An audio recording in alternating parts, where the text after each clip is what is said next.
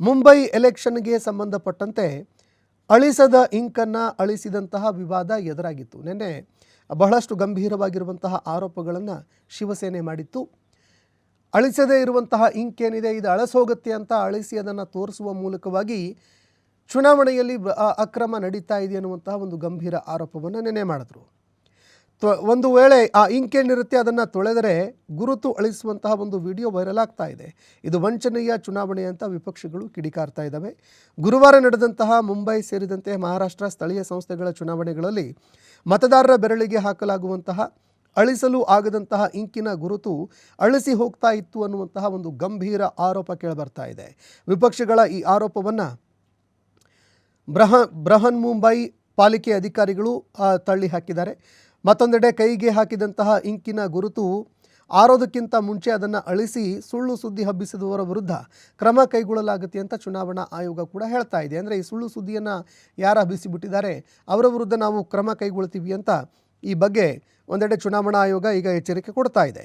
ಈ ಬಾರಿ ಚುನಾವಣೆಯಲ್ಲಿ Mysuru paint and varnish company ink bottle ಬದಲಾಯಿಸೋದಕ್ಕೆ ಕೋರಸ್ ಕಂಪನಿಯ ಮಾರ್ಕರನ್ನು ಮತದಾರರ ಕೈ ಬೆರಳಿಗೆ ಹಾಕೋದಕ್ಕೆ ಬಳಸಲಾಗಿತ್ತು ಅನ್ನೋ ಆರೋಪ ಕೇಳಿಬರ್ತಾ ಇದೆ.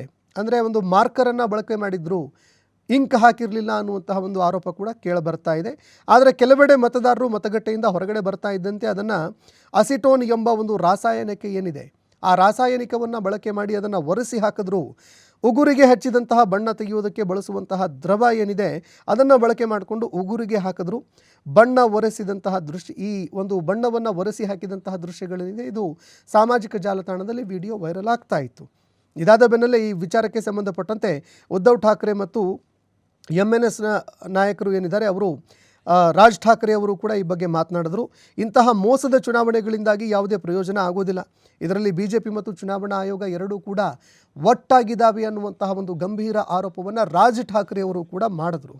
ರಾಜ್ಯ ಚುನಾವಣಾ ಆಯೋಗ ಸಂವಿಧಾನದ ವಿರೋಧಿ ಸಂಸ್ಥೆಯಾಗಿ ಹೊರಹೊಮ್ಮಿದೆ. ಆಯೋಗ ಸಂವಿಧಾನದ ವಿರೋಧಿ ಸಂಸ್ಥೆಯಾಗಿ ಹೊರಹೊಮ್ಮತಾ ಇದೆ. ಈ ಹಿಂದೆಯೂ ಕೂಡ ಚುನಾವಣೆಯಲ್ಲಿ ಈ ರೀತಿಯ ಅಕ್ರಮಗಳು ನಡೆದಿರಲಿಲ್ಲ.